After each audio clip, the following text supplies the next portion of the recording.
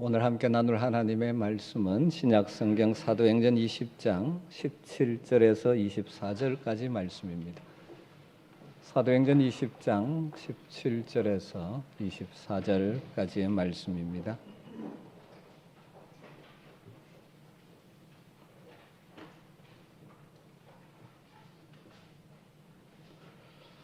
말씀을 한 절씩 교독해 읽겠습니다. 17절입니다. 바울이 밀레도에서 사람을 에베소로 보내어 교회 장로들을 청하니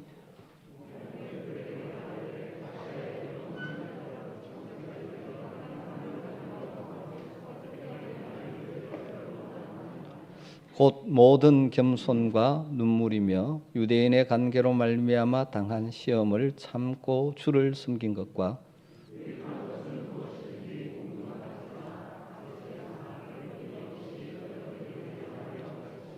유대인과 헬라인들에게 하나님께 대한 회개와 우리 주 예수 그리스도께 대한 믿음을 증언한 것이라.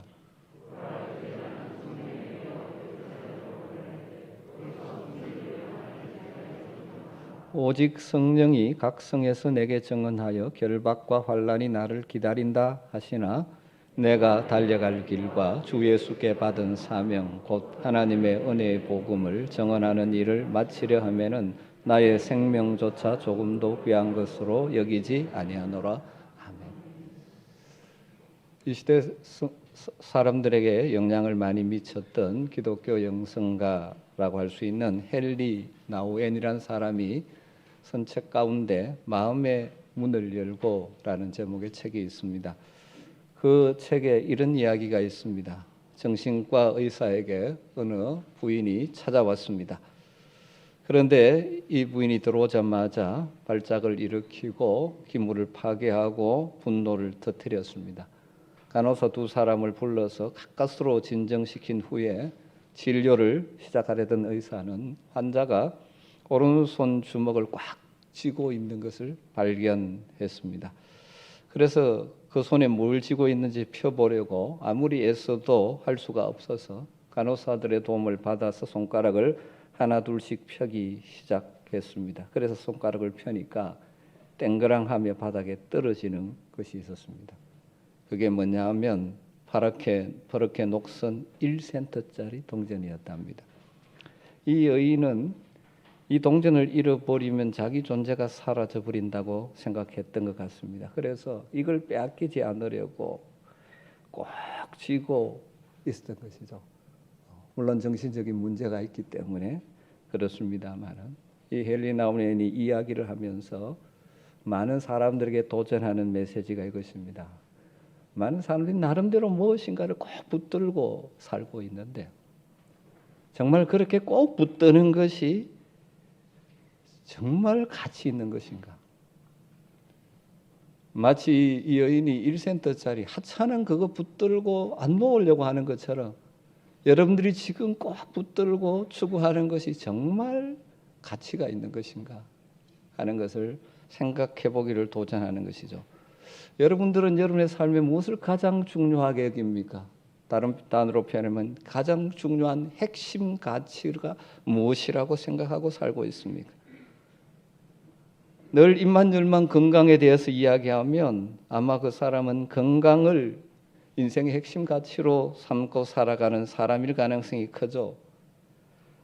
또 어떻게 하면 돈을 많이 벌 수 있을까? 그것만 늘 생각하고 말한다면 그 사람은 돈을 인생의 최고 핵심 가치로 삼고 사는 사람입니다. 여러분 건강하게 사는 것도 굉장히 중요하죠.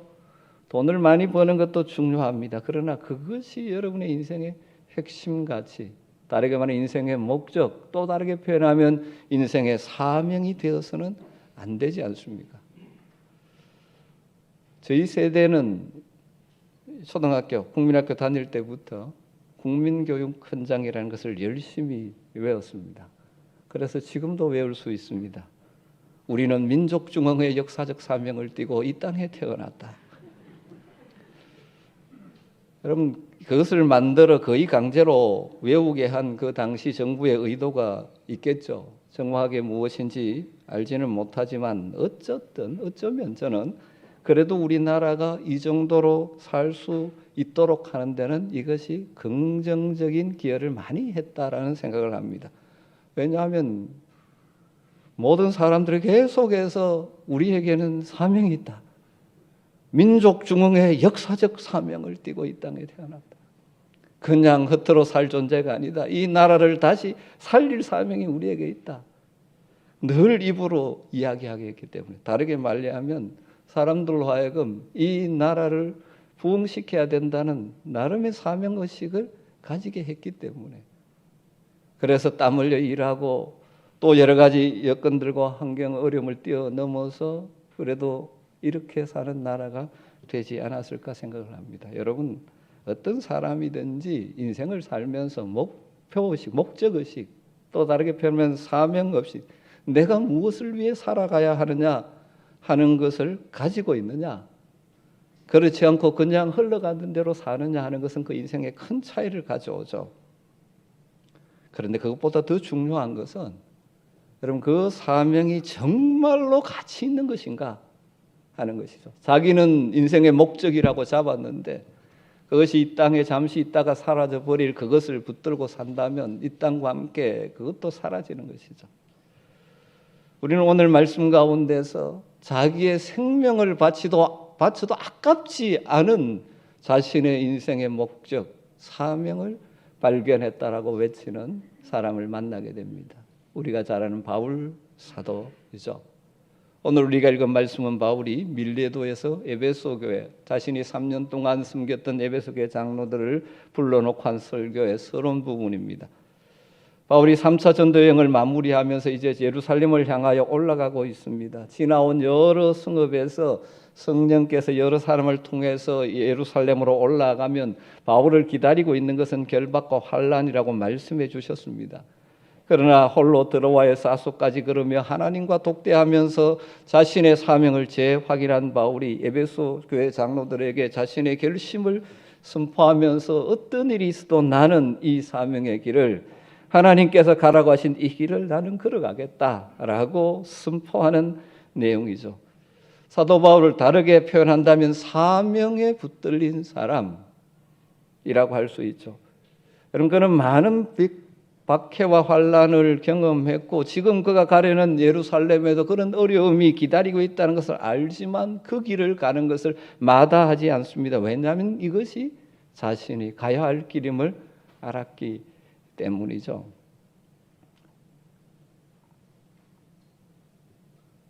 이것을 생각하면서 이 시대 우리는 바울과는 전혀 다른 삶을 살고 다른 형편과 처지에 있지만 동일하게 중요한 것은 하나님 우리를 창조하셨고 우리를 부르셔서 하나님의 백성 삼아 주셨다면 우리를 통하여 이 땅에서 이루기를 원하시는 하나님의 목적, 다르게 말하면 우리 편에서 말하면 내가 감당해야 될 일, 사명이 있다는 사실을 다시 한번 생각해야 하지 않을까요? 오늘 바울의 이 고백을 통해서 우리에게 주시는 메시지들을 몇 가지로 나누어 보려고 합니다. 첫 번째로 우리 모두에게는 달려갈 길이 있습니다. 달려갈 길이 있습니다. 바울은 내가 달려갈 길을 지금 달려가고 있다라고 말하죠. 24절 시작을 내가 달려갈 길. 바울은 자신의 하나님의 부름을 따라 사명을 위해 하나님의 목적을 따라 달려가고 있다 하는 것입니다. 마치 마라톤 선수가 종착 지점을 향하여 최선을 향해 달리듯이 그는 인생의 마지막을 앞에 두고 자신이 달려가야 될 그 길을 지금 달려가고 있다라고 말하죠. 그리고 우리가 디모데후서에서 보듯이 그가 인생 마지막에 섰을 때 나는 내가 달려갈 길을 완주했다라고 그렇게 선언하고 있지 않습니까? 디모데후서 4장 7절에 나는 선한 싸움을 싸우고 나의 달려갈 길을 마치고 믿음을 지켰으니, 여러분이 한평생 살고 인생 마지막에 뒤를 돌아보면서 이것도 할 걸 저것도 할 걸 하고 후회하는 인생들이 참 많습니다. 그것은 어떻게 보면 인생을 잘못 살아온 것이죠.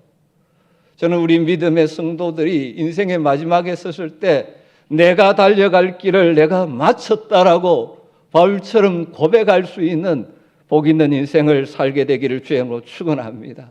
그러기 위해서는 내가 현재 달려갈 길이 무엇이고 그 길을 달려가야 하는 것이죠. 많은 사람들이 이 사명의식, 목적의식 없이 인생을 살기 때문에 인생을 후회로 채워가는 것입니다. 사랑하는 성도 여러분, 바울만 달려갈 길이 있습니까? 하나님께서 우리를 부르시고 우리를 하나님의 자녀로 삼아 주셨기에 우리 각자에게도 달려갈 길이 있는 것이죠. 그 길은 다, 구체적인 길은 다릅니다. 여러분의 가정에서, 일터에서, 여러분의 삶의 자리에서 하나님은 여러분이 달려가야 할 길을 깨닫고 그 길을 달려가기를 소망합니다. 그래서 인생 마지막에 서서 내가 달려갈 길을 마쳤다라고 고백할 수 있게 된다면 얼마나 복된 인생이겠습니까? 달려갈 길이라는 표현 속에서는 두 가지 의미가 있는 것 같습니다. 우리는 바른 방향을 찾아야 한다. 달려갈 방향이 옳아야 되죠. 여러분, 방향이 잘못되면 열심히 달린 만큼 손해가 되죠. 다시 돌아와야 하기 때문에 방향을 잘 잡아야 된다는 것이고, 방향을 잡았으면 그 다음 어떻게 해야 됩니까? 달려가야 한다는 것입니다. 인생을 그저 편하게 쉬엄쉬엄 왔다 갔다 하면서 갈 존재가 아니죠. 하나님께서 우리에게 가르쳐주신 그 길을 최선을 다해 달려가야 한다는 것입니다. 여러분 어떻습니까? 여러분 인생의 방향을 제대로 잡고 가고 있는 것 같습니까? 생각도 없이 그냥 세상의 풍조를 따라 흘러가고 있지는 않습니까? 그리고 그 길을 지금 열정으로 달려가고 있습니까?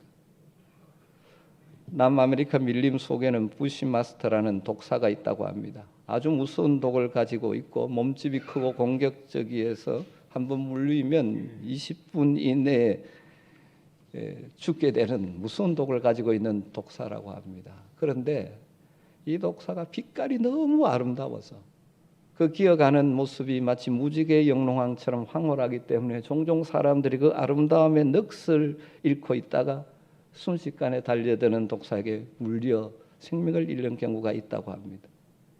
여러분 어쩌면 우리 인생길이 그런지도 모르죠. 우리로 하여금 정신을 잃게 만드는 굉장히 아름답게 보이지만 그 마지막이 죽음인 그런 것들이, 부시마스터와 같은 것들이 우리의 정신을 잃게 만들고 우리의 방향을 상실하게 만들고 우리의 목표를 놓쳐버리고 인생 이리 쳐다보고 저리 쳐다보다가 넘어지는 인생이 될 때가 많지 않습니까? 여러분 기억하십시오. 우리는 인생을 그냥 살아갈 자들이 아니라 우리 각자에게는 달려갈 길이 있습니다. 여러분이 주신 은사와 재능 또 여러 가지를 따라 여러분이 달려갈 길이 있다는 사실을 기억하십시다. 그런데 두 번째로 우리가 달려갈 이 길은 내가 생각하고 내가 계획하고 내가 꿈꾸는 것이 아니라 주 예수로부터 사명을 받은 자들이라는 사실이죠. 24절에 내가 달려갈 길을 뭐라고 설명합니까? 주 예수께 받은 사명 곧 하나님의 은혜의 복음을 증언하는 일을 마치려 함은 이렇게 표현합니다. 바울은 자신의 달려갈 길은 스스로가 선택하고 결정한 것이 아니라 우리 인생의 창조자가 되시고 주관자가 되시고 주인이 되시는 주님께로부터 받은 사명이라고 말하는 것입니다. 내가 계획한 것이 아니라 주님이 주신 것, 그러기에 그 길을 달려가고 있는 것입니다. 스웨덴의 종교가요 교육자였던 칼 힐티라는 분이 이런 말을 남겼습니다. 인간 생의 최대의 날은 자기의 역사적 사명, 즉 하나님께서 지상에서 자기를 어떤 목적에 쓰려고 하는지를 자각하는 날이다. 인간 생의 최대의 날은 자기의 역사적 사명, 즉 하나님께서 지상에서 자기를 어떤 목적에 쓰려고 하는지를 자각하는 날이라고 표현을 했습니다. 자신의 목적을 발견하면 그 인생이 복될 수 있다는 것이죠. 그게 가장 인생의 중요한 순간이라는 것입니다. 여러분에게 여러분의 생애 가장 최고의 날이 언제냐고 물으면 뭐라고 대답할까요? 사람들마다 다르겠죠. 어떤 사람은 내가 원하는 대학에 합격한 날이라고 말하는 사람도 있을 것이고, 어려운 고시에 합격한 날이라고 말하는 사람도 있을 것이고, 박사학위를 받은 날이라고 말하는 자도 있을 것이고, 어떤 집 위에 올라간 날, 내가 그토록 사랑하고 원하던 사람과 결혼한 날, 뭐 이렇게 말할 수도 있을지 모릅니다. 그러나 여러분 생애 가장 최고의 날은 힐티의 말처럼 하나님 앞에서 내 인생의 존재감을 알고 내 목적을 알고 내 은사를 알고 내가 어떻게 살기를 원하시는지를 깨닫는 날이라는 것입니다. 여러분, 여러분의 사명, 여러분의 인생의 목적이 없이 방황하는 인생은 불행할 수밖에 없는 것이죠. 여러분 다 주님 앞에서 주 예수께 받은 사명이 있는 자임을 깨닫게 되기를 주의 이름으로 축원합니다. 그런데 우리의 사명, 그것을 따라 살아가는 삶의 모습은 다릅니다. 어떤 사람은 가정의 주부로서, 어떤 사람은 일터 속에서 땀 흘려 일하며, 어떤 사람은 사업가로서, 어떤 사람은 교육자로서 학교에서, 어떤 사람은 의사로서 병원에서 다양한 일들을 하지만 중요한 것은 그 일을 하면서 우리의 걸어가는 길에 주님이 주신 중요한 사명의 핵심이 담겨야 되는데, 그것이 세 번째죠. 반드시 하나님의 은혜의 복음을 증언하는 일이 포함되어야 한다는 것입니다. 학교에서 교사로서 가르치는 그 일만 잘하는 것이 사명을 다 완수하는 것이 아니라 그것에 최선을 다하여 충성해야 되지만, 그 과정 속에 말과 행동으로 하나님의 은혜의 복음 생명에 살게 하시면서 우리를 삶의 자리로 보내시죠. 여러분의 가정, 일터, 직업 현장 속으로 보내십니다. 그곳에서 우리는 우리에게 맡겨진 일을 따라 최선을 다해야 되죠. 그래서 늘 기도해야 됩니다. 내가 맡은 그 일에 탁월성을 나타내고 열매를 맺는 그런 삶을 살기 위해서 노력하고 힘쓰고 기도하며 살아야 되겠죠. 그렇지만 단순히 그것만이 아니라 그 일을 통하여 우리의 인생 주인 되시는 그분이 우리를 통해서 이루기를 원하시는 나를 통하여 내 주변의 사람들에게 하나님의 은혜의 복음, 그 사람을 살리는 생명의 복음이 흘러가야 한다는 것입니다. 아직까지 여러분 가족 가운데 예수를 믿지 않는 자들이 있습니까? 여러분이 가정에 사는 모든 일을 통하여, 그들을 향하여 밥을 짓고 섬기고 하는 그 모든 일을 통하여 하나님의 은혜의 복음이 흘러갈 수 있도록 여러분의 이 말과 행동들이 사용되어져야 하는 것이죠. 여러분, 이 말이 결코 아무 일도 하지 말고 전도만 하라는 말이 아니라는 것 아시죠? 삶의 현장에서 그곳에서 최선을 다해 일해야 되지만 하나님이 그곳에 우리에게 있게 하신 것은 그곳이 나를 통하여 하나님의 은혜의 복음이 흘러가야 될 여러분의 선교지라는 사실을 잊지 말아야 한다는 것입니다. 그래서 여러분의 삶의 현장에서 이런 선교적 관점으로 말하고 행동하고, 그래서 때로는 내가 손해보는 것 같지만 우리의 삶을 통하여 주의 은혜의 복음이, 생명의 복음이 드러나게 해야 한다는 것이죠. 그리고 네 번째로 중요한 것은 이 사명의 길은 생명을 들여도 아깝지 않을 만큼 가치 있는 길이라는 것입니다. 그래서 바울은 고백합니다. 나의 생명조차 귀한 것으로 여기지 아니하노라. 바울은 이 사명의 길을 완주하기 위해서라면 자신의 생명조차도 귀한 것으로 여기지 않는다고 고백합니다. 왜? 그것이 가장 가치 있는 일이기 때문에. 여러분, 왜 이 사명이 그렇게 가치가 있을까요? 제대로 사명을 발견하고 사는 것이 가치가 있을까요?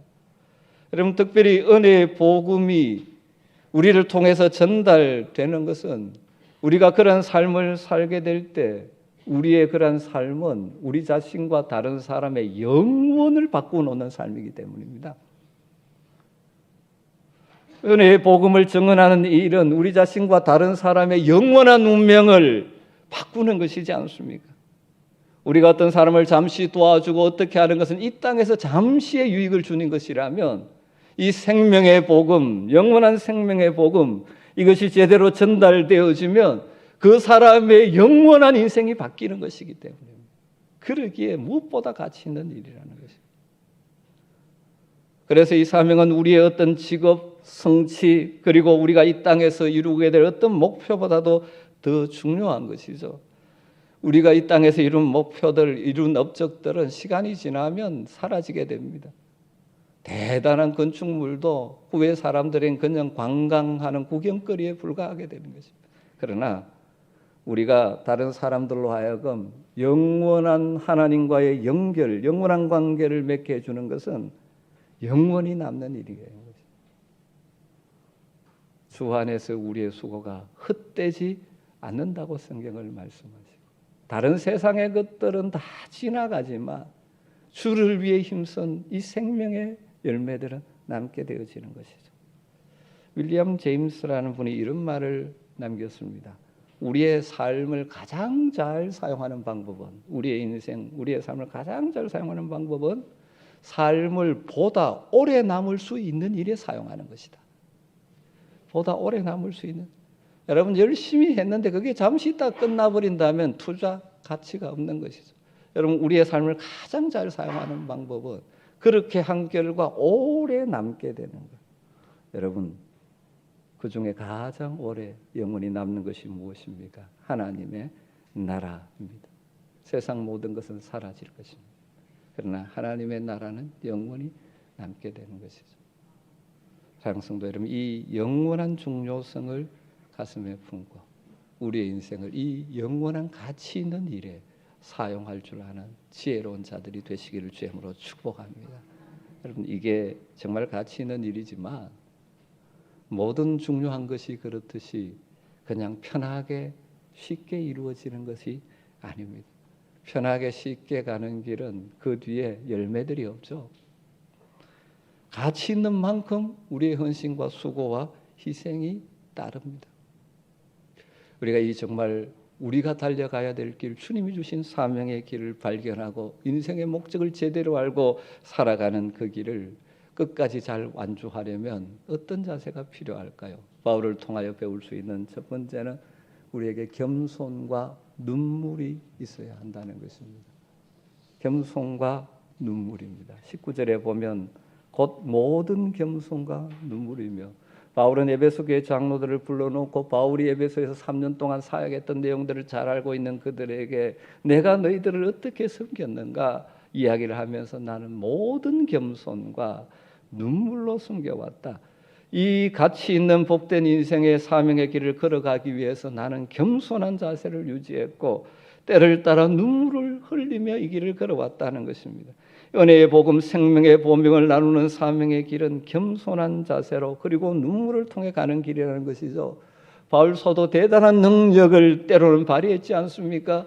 그의 앞치마만 만져도 병이 낫는 놀라운 일들도 일어났지만 스스로는 늘 뭐라고 고백합니까? 나는 사도 중에 지극히 작은 자라고 말할 만큼 겸손한 사람입니다.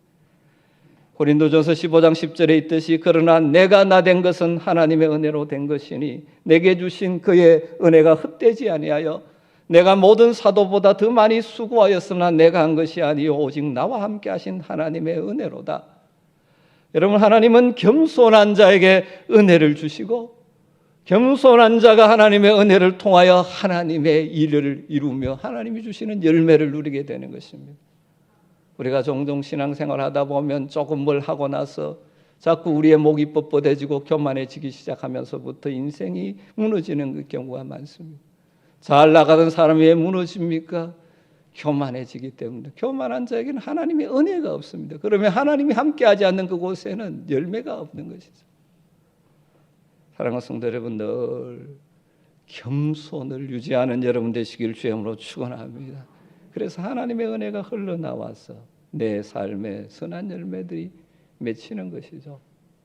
또 뿐만 아니라 바울은 3년 동안 밤낮 쉬지 않고 눈물로 각 사람을 훈계했다. 여러분 사람을 변화시키고 사람을 제대로 키우기 위해서는 눈물이 필요합니다. 부모들도 자녀를 제대로 키우는 과정 속에서 눈물을 흘려야 될 때들이 있지 않습니까?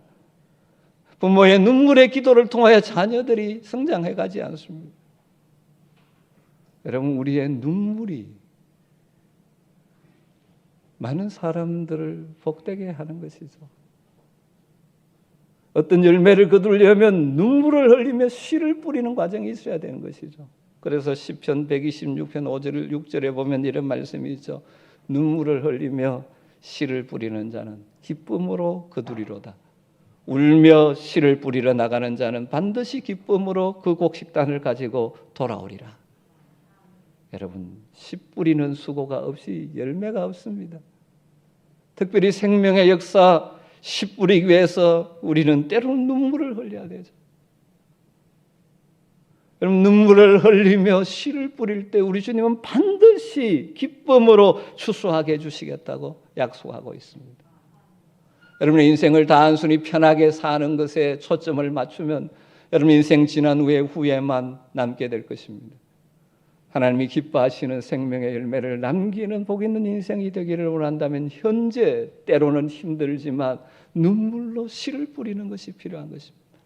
여러분이 현재 눈물로 씨를 뿌려야 될 것이 무엇일까요? 여러분 각자 형편에 따라 다를 것입니다. 자녀를 위하여 눈물로 씨를 뿌려야 되는 분들이 있을 것이고, 주변의 삶의 현장의 사람들을 바라보며 눈물로 씨를 뿌려야 되는 사람도 있을 것이고, 그러나 분명한 것은 하나님은 우리의 눈물을 기억하시고 반드시 기쁨으로 열매를 맺게 해 주신다는 사실입니다. 여러분 현재 하는 일에 그냥 그저 편하게 살아가는 것이 아니라 그곳에서 하나님의 백성으로서 하나님의 영광을 드러내며 살아가도록 하기 위해서 그곳에서 눈물을 흘리며 여러분의 인생을 투자하기를 주의 이름으로 축복합니다. 그래서 그 열매를 맛보면 사십시오. 우리 그리스도인들은 어디에서 무엇을 하든지 그곳에서 열매를 남기는 자들이 되어야 하지 않겠습니까? 또 한 가지는 어떤 어려움이 있어도 인내해야 합니다. 우리 믿음의 길, 사명의 길, 복된 인생의 길, 하나님 주신 선한 목적을 따라 살아가는 길에는 어려움들이 늘 다가옵니다. 중요한 것은 인내로 뚫어내는 것입니다. 여러분 세상의 어떤 업적도 인내 없이 되지 않지 않습니까? 어려움이 있을 때 포기하는 자들은 못 거둡니다. 하나님을 의지하며 인내해야 하는 것이죠. 19절 하반절에 보면 유대인의 관계로 말미암아 당한 시험을 참고 주를 섬긴 것과 주님이 기뻐하시는 사명의 길을 걸어간다고 해서 탄탄대로가 아닙니다. 어려움이 있습니다. 반대하는 사람이 있습니다. 괴롭게 하는 사람이 있습니다. 바울 역시 많은 장애를 만났죠. 특별히 바울에게 많은 괴로움을 준 사람들은 유대인들입니다. 바울을 무너뜨리기 위해서 간교한 계략들을 짜가지고 바울을 공격해 왔죠. 그러나 바울은 그것을 끝까지 인내함으로 뚫어냈다는 것이죠. 여러분 기독교 복음이 증거되는 그곳에 그냥 열매가 맺힌 적이 없습니다. 늘 하나님의 나라가 대적하는 사탄의 세력들이 사람들의 가치관과 욕심과 또 여러 가지를 동원해서 교회를 박해하고 믿음의 사람들을 힘들게 하는 것이 있죠. 그러나 그것을 극복하며 인내로 눈물의 기도로 극복하며 오늘의 모습을 가지게 되는 것이죠. 그래서 예수님께서 산상설교하면서 8가지 복을 말씀하며 마지막 부분에 이렇게 말씀하고 있습니다. 마태복음 5장 11절 12절에 나로 말미암아 너희를 욕하고 박해하고 거짓으로 너희를 거슬러 모든 악한 말을 할 때에는 너희에게 복이 있나니. 여러분 믿음으로 살고 하나님 주신 사명 따라서 여러분의 인생길을 걸어갈 때 힘들게 하고 어려운 일을 만납니까? 복이 있다고 말합니다. 왜 그렇습니까? 하늘에서 너희 상이 큼이라. 그 어려움을 뛰어넘어 믿음으로 인내하며 승리하면 하늘의 상이 크다는 것이죠. 너희 전에 있던 선지자들도 이같이 박해하느니라. 다 믿음의 선배들, 하나님의 사람들이 다 이런 과정을 거쳤다라고 말씀합니다. 어떤 의미에서 편안할 때는 우리의 신앙이 나태해지기가 쉽습니다. 어려움이 있지만 인내로 주를 섬기며 살아가는 자들의 삶에 하나님께서 선한 열매들을 맺게 해주시는 것이죠. 마지막으로 성령에 매여 성령에 사로잡혀 가야 합니다. 22절에 보라 이제 나는 성령에 매여 예루살렘으로 가는데 거기서 무슨 일을 당할는지 알지 못하느라. 바울은 자신의 사명을 따라 예루살렘으로 올라가는 길 무슨 일을 만날지 모릅니다. 고난과 박해가 있을 것입니다. 그러나 그 길을 당당하게 가는 이유는 성령에 매였기 때문에, 성령에 사로잡혔기 때문에. 여러분 이 말씀을 오늘 우리에게 적용하면 우리가 주님이 주신 사명의 길, 참된 목적을 발견하고 믿음으로 걸어가는 그 길은 우리의 힘으로 걸어가는 길이 아닙니다. 우리의 의지와 결단만으로 걸어갈 수 있는 길이 아닙니다. 그 길에는 성령께서 함께해 주시는 길이죠. 성령에 매여 갈 수 있는 길입니다. 여러분 아무리 어려워도 성령께서 내게 힘을 주시면 우리는 견뎌낼 수 있는 것이고, 성령께서 우리를 붙들어 주시면 넉넉히 뚫고 나갈 수 있는 것이고, 성령의 인도함이 있으면 앞길이 보이지 않는 것 같지만 길을 찾아 우리의 길을 인도하시는 그 길을 걸어갈 수 있는 것입니다. 여러분, 그러기에 날마다 우리는 성령의 매임, 성령의 충만함을 사모해야 됩니다. 성령의 능력을 덧입기를 기도하셔야 합니다. 성령의 인도함을 받아서 가는 것입니다. 1840년 리빙스턴은 런던 선교회 소속 의료 선교사로서 남아프리카 지역에 파송되었습니다. 그때 그의 나이가 27, 한창 젊은 나이였다고 합니다. 처음에는 사람의 발길조차 드문 곳을 찾아 들어가 전도 사역에 전력했습니다. 그러다가 전도와 의료 선교를 겸하면서 아프리카 각지를 탐험하기 시작했죠. 그래서 많은 세계 사람들에게 아프리카 오지의 실상을 알리고 그들의 후원을 받아서 계속해서 복음을 전하는 일을 했었습니다. 그가 그 사역을 하는 동안 몇 번이나 죽을 고비를 넘겼다고 합니다. 1871년엔 열병에 걸려 사경을 헤매는데 다행히 스탠리의 수색 탐험대를 만나 구출되기도 했죠. 여러 번 그런 일이 있었지만 그가 그의 인생의 경험을 가지고 이런 유명한 말을 남겼죠. 사명자는 결코 죽지 않는다. 사명자는 결코 죽지 않는다. 여러분의 인생을 그냥 흘러가는 대로 떠내려가게 두시겠습니까? 우리는 그렇게 살 존재가 아닙니다. 하나님께서 우리를 고귀하게 여기시고 그 아들 예수 그리스도를 핏값을 지불하고 우리를 사셔서 하나님의 것으로 만드셨습니다. 그리고 우리가 이 땅을 사는 동안 정말 복된 하나님의 목적을 따라 달려가기를 원하십니다. 우리에게는 우리가 달려가야 할 길이 있습니다. 그것은 내가 꿈꾸는 길이라기보다는 주님이 우리에게 주신 걸어가라고 하신 길이죠. 그 길 속에는 꼭 은혜의 복음을 증언하여 생명을 살리는 일이 포함되어야 합니다. 그렇게 살아갈 때 생명 바쳐도 아깝지 않은 영원한 가치 있는 인생의 길이 된다고 말합니다. 여러분의 남은 생애가 어떠하든지 하나님이 허락하신 일들이 무엇이고 은사와 재능과 하는 일들이 무엇이든지 간에 그곳에서 사명자로 사시기를 주의 이름으로 축원합니다. 그래서 우리의 인생을 허비하고 소비하는 것이 아니라 주님의 뜻을 따라 잘 사용함으로 영원한 것, 가치 있는 것을 남기는 여러분의 남은 생애가 되시기를 주의 이름으로 축복합니다. 누군가가 이런 말을 남겼습니다. 나는 녹슬어 없어지기보다는 닳아서 없어지기를 원한다. 나는 녹슬어 없어지기보다는 닳아서 없어지기를 원한다.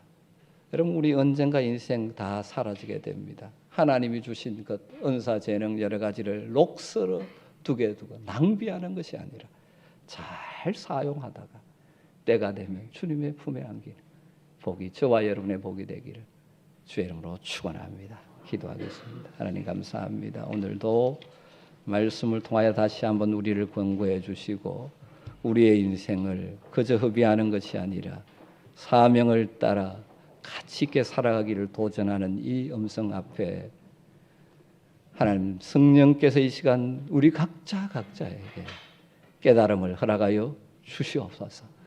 그래서 내가 달려갈 길을 발견하고 성령을 의지하면서 넉넉히 승리하는 삶을 살아가며 우리의 인생 뒤에 많은 생명의 열매들을 남기고 영원한 하나님의 나라에 부유한 인생들 되게 하여 주시옵소서.